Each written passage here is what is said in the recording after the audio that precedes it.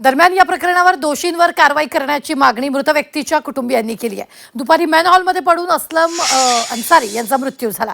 माझ्या भावाच्या मृत्यूला जबाबदार कोण? मृत असलमच्या बहिणीचा प्रशासनाला सवाल। कॉन्ट्रॅक्टरवर कारवाई का केली नाही? मृत असलमच्या बहिणीने प्रशासनाला अनेक सवाल यावेळी केलेले आहेत। एवढं मोठं तुम्ही असं खड्डा असं ओपन करून तुम्ही कुठं पण ठेवतात आहे आणि तिथं कोण माणूस पण उभा नाहीये। आज माझा भाऊ आज पडला, कुणाचं दुसऱ्यांचं पडला असतं तर तिथं 2 शाळा आहेत, 2 शाळेची मुलं येतात जातात, त्यांचं काय? सुट्टीची पण वेळ होती ती। मुलांमध्ये कोणी पडला असतं तर काय झालं असतं? आज आमचा माणूस गेला, आमचा माणूस आज परत येणार आहे काय? परत येणार आहे तो गेला ना आज, मग त्याची जबाबदारी कुणाची? ते कॉन्ट्रॅक्ट कुणाचं आणि त्याची जबाबदारी कुणाची? आज आमचा माणूस गेला त्याच्याबद्दल आम्हाला तुम्ही सरकार काय आम्हाला देते? कोण काय आमच्यासाठी करतोय?